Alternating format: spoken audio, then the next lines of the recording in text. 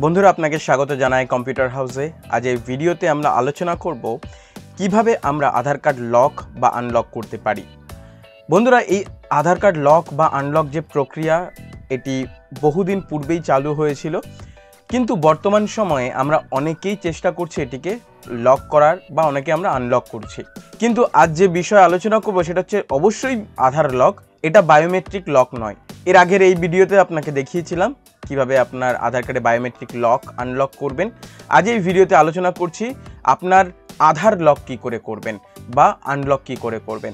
আমরা যে আধার লকটি করব এটি হচ্ছে আধার নাম্বারের মাধ্যমে যদি কোনো কাজ আপনি করতে চাইছেন বা করতে যাচ্ছেন, এই আধার নাম্বারের দ্বারা কোনো কাজ করতে পারবে না। না আপনার ওটিপি আসবে, না আঙুলের ফিঙ্গারপ্রিন্ট নিতে পারবেন, না চোখের রেটিনা দ্বারা আপনার বা ফেসিয়াল দ্বারা কোনো বায়োমেট্রিক অথেন্টিকেশন হবে না। এই আধার কার্ডের নাম্বারটি সম্পূর্ণ লক হয়ে গেছে। আপনি যদি কোনো কাজ করতে যান সেক্ষেত্রে আপনাকে 16 ডিজিটের ভার্চুয়াল আইডি দিয়েই কাজ করতে হবে। এই ভিডিওতে ক্লিক করে আপনি অবশ্যই ভার্চুয়াল আইডি কীভাবে বানাবেন বা জেনারেট করবেন সে বিষয়ে আমি ভিডিও বানিয়েছি, আপনি দেখতে পারেন।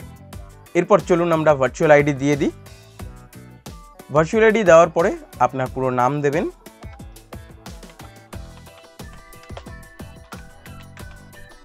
পিনকোড দিয়ে দেবেন, এরপরে ক্যাপচা দেবেন, সেন্ড ওটিপিতে ক্লিক করবেন। আপনার মোবাইলে সাকসেসফুলি একটি ওটিপি যাবে, ওটিপিটি এখানে টাইপ করবেন। এরপরে আপনি এই বক্সে ক্লিক করবেন।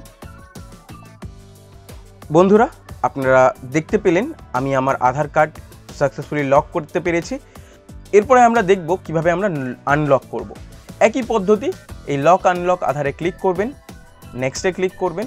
এর আগে আমরা লক আধারে ছিলাম, এরপরে আমরা আনলক করব, সে সূত্রে আমরা আনলক আধারে ক্লিক করলাম। এরপরে আমাদের 16 ডিজিটের ভার্চুয়াল আইডি এখানে আমাদেরকে দিতে হবে। 16 ডিজিটের ভার্চুয়াল আইডি দেওয়ার পরে আপনি ক্যাপচা দিয়ে দেবেন। এরপরে সেন্ড ওটিপিতে ক্লিক করবেন। আপনার রেজিস্টার মোবাইলে একটি ওটিপি আসবে, সেটিকে এখানে টাইপ করে দেবেন।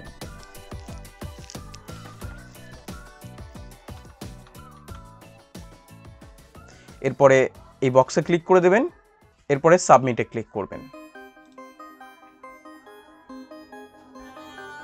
দেখুন বন্ধুরা সাকসেসফুলি এটি আনলক হয়ে গেছে। তো আমরা পুনরায় এই আধার নাম্বারের দ্বারা বিভিন্ন কাজ করতে পারি, তখন আর ভার্চুয়াল আইডি দরকার পড়বে না। ধন্যবাদ বন্ধুরা এই ভিডিওটি শেষ পর্যন্ত দেখার জন্য। ভালো লাগলে আপনি লাইক করুন, শেয়ার করুন, আমাদের চ্যানেলটি সাবস্ক্রাইব করুন এবং কমেন্ট করে জানান কেমন লাগলো এবং আর কি বিষয় আপনি জানতে চান সে বিষয়ে আপনি অবশ্যই কমেন্টের মাধ্যমে জানাতে পারেন।